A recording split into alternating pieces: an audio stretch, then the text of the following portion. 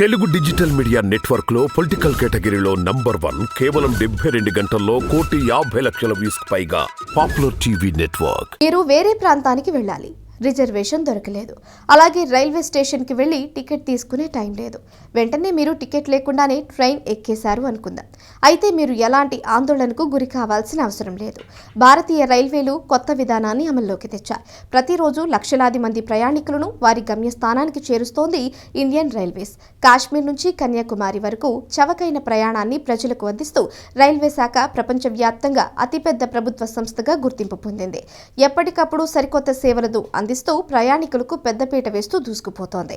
ఇక్కడి వరకు బాగానే ఉన్నా కొందరు అకస్మాత్తుగా రిజర్వేషన్ టికెట్ దొరకకపోవచ్చు. అయినా ఏం పర్వాలేదు. రిజర్వేషన్ టికెట్ లేకుండా ప్యాసింజర్స్ వారి గమ్యస్థానానికి ఇలా ప్రయాణించవచ్చు. ప్యాసింజర్ తన దగ్గర టికెట్ లేదని కంగారు పడవలసిన అవసరం లేదు. అటువంటి పరిస్థితుల్లో సదరు ప్రయాణికులు ప్లాట్ఫామ్ టికెట్తో రైల్లో ప్రయాణించవచ్చు.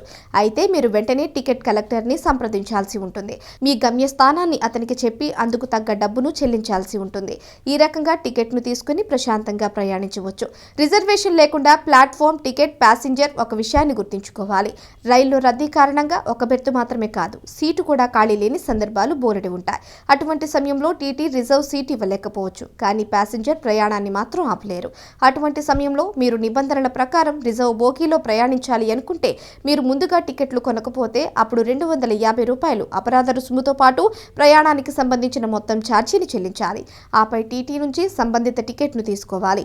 అప్పుడు మీకు ఖాళీ లేదా సీట్లను చూపిస్తారు. ఈ విధంగా మీరు చేతిలో టికెట్ లేకపోయినా ఇక నుంచి ఆందోళన చెందాల్సిన అవసరం లేదు. ఈ విధంగా మీరు టికెట్ లేకుండా కూడా ప్రయాణించవచ్చు.